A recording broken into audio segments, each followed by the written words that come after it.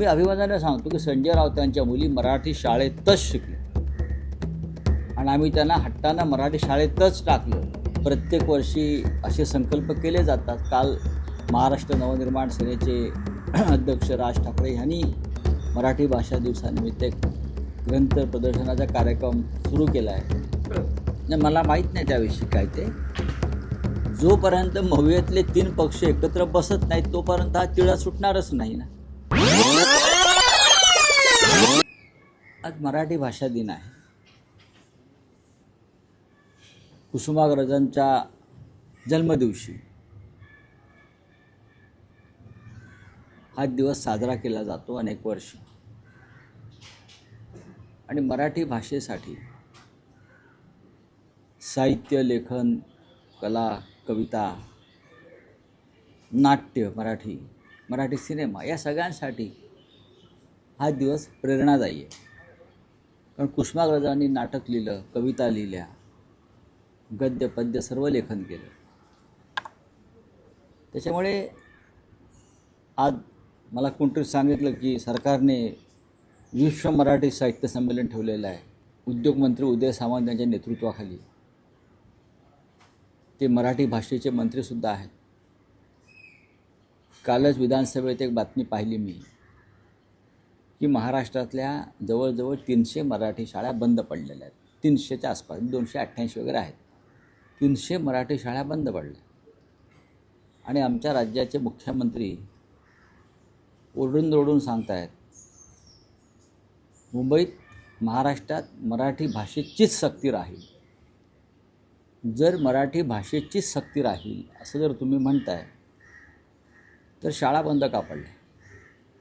याचं उत्तर त्यांनी देणं गरजेचं आहे की मराठी शाळा बंद का पडल्या? जिल्हा परिषदेच्या मराठी शाळा बंद पडत आहेत. चंद्रपूर गडचिरोलीपर्यंत मराठी शाळा का बंद पडत आहेत? का आदिवासींची मुलंसुद्धा इंग्रजी शाळेत जायला लागली का? हे ढोंग आहे. मुळात प्रशासनातले बडे अधिकारी, बडे सरकारी कर्मचारी, राजकारणी, सत्ताधारी, आमदार, खासदार यांचीच मुलं मराठी माध्यमातून जात नसतील, शिकत नसतील, तर मग तुम्ही इतरांवर सक्ती जी करताय ती निरर्थक आहे. आधी तुम्ही तुमच्यापासून सुरुवात का केली नाही? मुख्यमंत्र्यांची मुलं कुठल्या शाळेत शिकतात? मी असं म्हणत नाही, मी टीका करत नाही. आम्ही अभिमानाने सांगतो की संजय राऊतांच्या मुली मराठी शाळेतच शिकल्या आणि आम्ही त्यांना हट्टानं मराठी शाळेतच टाकलं. अशी किती राजकारण्यांनी, मंत्र्यांनी, आमदारांनी, खासदारांनी, प्रशासकीय अधिकाऱ्यांनी आपल्या मुलांना मराठी माध्यमाच्या शाळेत शिकून पुढे नेलं? तर त्याचं उत्तर नाही असंच आहे. आपण स्वतःच्या घरामध्ये मराठीचं अस्तित्व ठेवायचं नाही आणि मग राज्यकर्ते म्हणून आम्ही मराठीचे ताबूत बडवायचे. हे जोपर्यंत थांबत नाही तोपर्यंत मराठीची सक्ती या विधानसभेतल्या घोषणांना काही अर्थ असेल असं मला दिसत नाही. अर्थात तुम्ही हे केलं तरी मराठी भाषेची घोडदौड काही थांबत नाही, हे लक्षात घ्या. अभिजात मराठी भाषेचा दर्जा वगैरे तुम्ही दिलात, त्याचा फायदा काय? आजही महाराष्ट्रामध्ये मराठी भाषा ही व्यापार उद्योगाची भाषा झालेली नाही. आजही व्यापार उद्योगाची भाषा ही गुजरातची आणि अडाणीची आणि अंबानीचीच आहे. ती जोपर्यंत पाटील, भोसले, कुलकर्णी, बरं का, म्हात्रे, राऊत यांची भाषा होत नाही तोपर्यंत मराठी भाषेची घोडदौड आणि मराठी माणसाची घोडदौड होणार नाही. बाळासाहेब ठाकरेंनी त्यासाठी शिवसेनेची स्थापना केली. बाळासाहेब ठाकरे शिवसेना प्रमुखांनी जी मराठीसाठी जी शिवसेनेची स्थापना केली ती त्यासाठी. राजकारणात आणि प्रशासनामध्ये मराठी भाषा राहिली पाहिजे तर मराठी माणूस उद्योग व्यवसायात टिकेल. मराठी माणसाला रोजगार मिळेल, नोकऱ्या मिळतील. आज मराठीशिवाय मुंबईमध्ये सगळ्या नोकऱ्या मिळत आहेत आणि मराठी माणसाला नोकऱ्या मिळत नाहीत. तुम्हाला मराठी येऊ अगर न येऊ, मुंबई महाराष्ट्रात कोणी येतो, पाहुणे जरी असंख्य पोचते मराठी, पाहुण्यांना येऊ द्या, पण पाहुण्यांनी महाराष्ट्राचा मालक होऊ नये एवढीच अपेक्षा आहे. आणि म्हणून आजचा दिवस फार महत्त्वाचा आहे.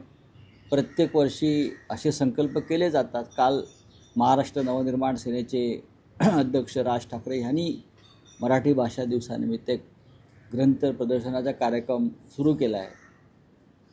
उद्या पुढल्या 8 दिवसात हजारो पुस्तकांची विक्री होईल. म्हणजे मराठी वाचक आहे, मराठी लोक वाचतात. आज उद्धव बाळासाहेब ठाकरे यांच्या शिवसेनेच्या नेतृत्वाखाली आजचा कार्यक्रम आहे. सरकारी कार्यक्रम होतो आहे. इतर संस्था मराठीच्या बाबतीत कार्यक्रम करत आहेत. तरीही महाराष्ट्राच्या स्थापनेपासून मराठीचे लढे जे सुरू झाले ते संपत नाहीत.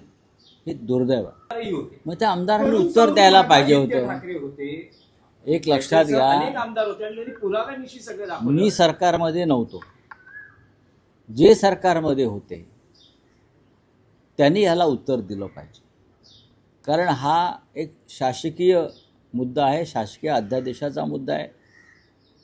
शासकीय मिनिट्स त्याच्यामध्ये जर असतील तर हे घडलं असेल किंवा घडलं नसेल, त्याच्यावर जे सरकारमध्ये होते किंवा जे विधिमंडळात उपस्थित होते त्यांनी उत्तर द्यायला पाहिजे. किंवा आज माननीय उद्धव साहेबांचं भाषण आहे ते उत्तर देतील. हा प्रश्न आपण विचारलात याबद्दल आजच्या मराठी भाषा दिनी मी आपलं अभिनंदन करतो, आभार मानतो.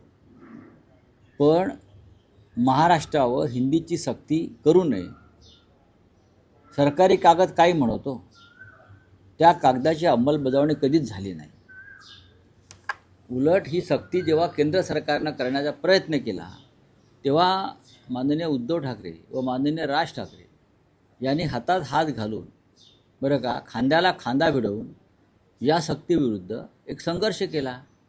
हे सुद्धा मुख्यमंत्र्यांना समजून घेतलं पाहिजे ना. कागद कसले दाखवत्या विधिमंडळामध्ये, कागद असे आम्ही खूप कागद दाखवू शकतो.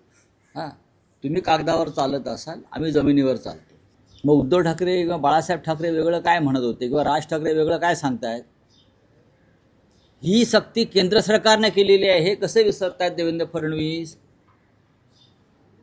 त्रिभाषा सूत्रीचा दबाव हे नरेंद्र मोदी आणि अमित शहाने आणला आणि राज्यांवर दबाव आले, राज्य संघर्ष करत राहिली.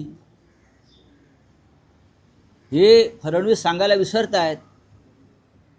ही त्रिभाषा सूत्री ही जी आहे, हिंदी मराठी अन्य वगैरे सगळं, त्याच्याविरुद्ध तेव्हा संपूर्ण देशच संघर्ष करत होता ना. दक्षिणेतली राज्य, पश्चिम बंगाल, महाराष्ट्र, कर्नाटक या सगळ्या राज्याने आवाज उठवला त्यावेळेला. महाराष्ट्र आणि तामिळनाडूनं जास्त आवाज उठवला, बंगालनं जास्त जोरात आवाज उठवला. फडणवीस हे सांगायला कसं काय नेमकं विसरतात? फडणवीस ज्या गोष्टी सांगायला पाहिजेत आवर्जून त्या सांगायला विसरतात. आणि मुख्यमंत्री म्हणून त्यांच्याकडे जे कागद असतात, बरं का, तेवढ्या फायली काढून ते लोकांना दाखवतात. पण त्यानंतरचा संघर्ष मराठीसाठी झालेला हिंदी सक्तीच्या विरोधात, त्याच्यावरती बोलत नाही आहेत. याला ढोंग म्हणतात मराठी भाषेमध्ये. आज जो मराठी भाषा दिवस आहे त्या मराठी भाषेत या त्यांच्या वर्तणुकीला शुद्ध ढोंग म्हटलं जातं. नाही, मला माहीत नाही त्याविषयी काय ते.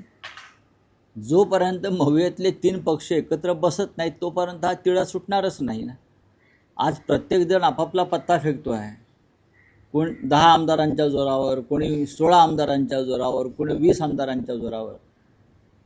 पण यापैकी एकही पक्ष स्वतंत्रपणे 7वी जागा जिंकू शकत नाही, हे सगळ्यांना माहिती आहे.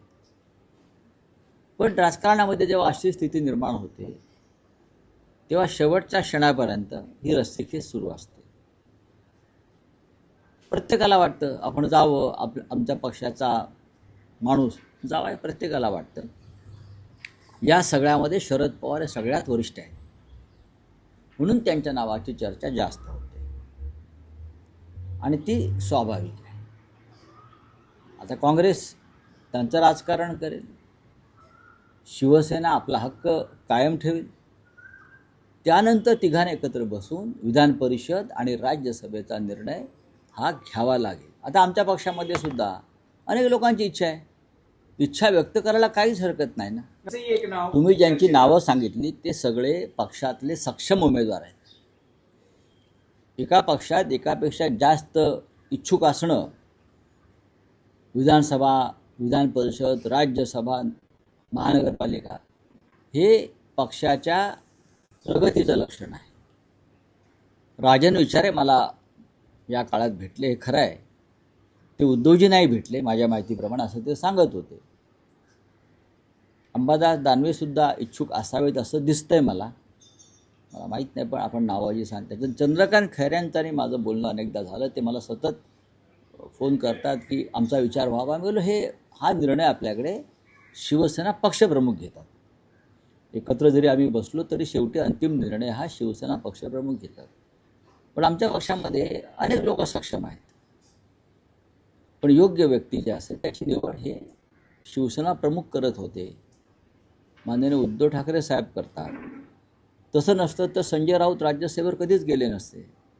बाळासाहेबांनी मला त्यावेळेला पाठवलं निवड करून ना, इतर अनेक इच्छुक असताना सुद्धा. पण आहेत ना, इच्छुक आहेत, एकापेक्षा जास्त इच्छुक आहेत. चांगली गोष्ट आहे. महाराष्ट्रामध्ये नवीन घडामोडी अशा घडत असतील, त्याच्याकडे सकारात्मक दृष्टीनं पाहिलं पाहिजे. अजितदादांच्या कुटुंबातली नवी पिढी राजकारणामध्ये स्थिरावत असेल आणि त्यातून महाराष्ट्राला काही दिशा मिळणार असेल तर पार्थ पवारांच्या आगमनाचं स्वागत केलं पाहिजे. नक्कीच उभं राहायला पाहिजे. आणि ह्या विषयावरती आम्ही आपापसात नेहमी चर्चा करतो. राज ठाकरेंशी काल चर्चा झाली. प्रत्येकाला वाटते काहीतरी संशय आहे.